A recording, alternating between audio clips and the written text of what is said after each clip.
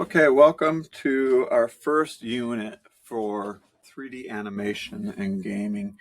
Our main software that we use in this unit is 3ds Max, and we're going to be learning how to model with 3ds Max. This is the icon that you're going to open on your computer, and in this particular unit and project, you're going to be building this mini scene and animating it, causing a ball to fall and roll down the street.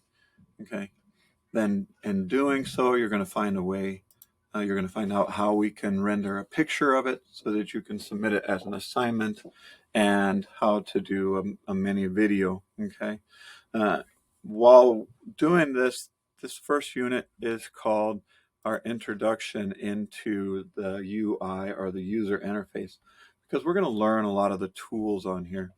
So if you notice in our workspace, when we first open up our window, we have a number of different panels that we're going to be using. And you can review those at any time. But we're going to look at some of the tools that we have in our menu bar, in our main toolbar here, which goes across.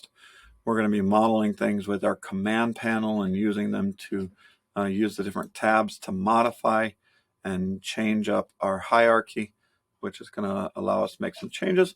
Then we're going to learn how to navigate and move things in our 3D world using our navigation pane down here. And we're going to animate using our timeline and our key animation down here. And then we are going to go back and find ways to render this so that you can submit it for an assignment. So we're doing a lot of different things in this first unit to get you going in our space as quickly as possible. So sit back, buckle up, and enjoy the ride. And I am looking forward to seeing what you can model and learn in this first unit. Thanks for joining me. So to get started, I invite you to start with our very first video in the series, Introduction to 3ds Max. This is 1A, learning about our menu bar. Thanks, and enjoy the next video.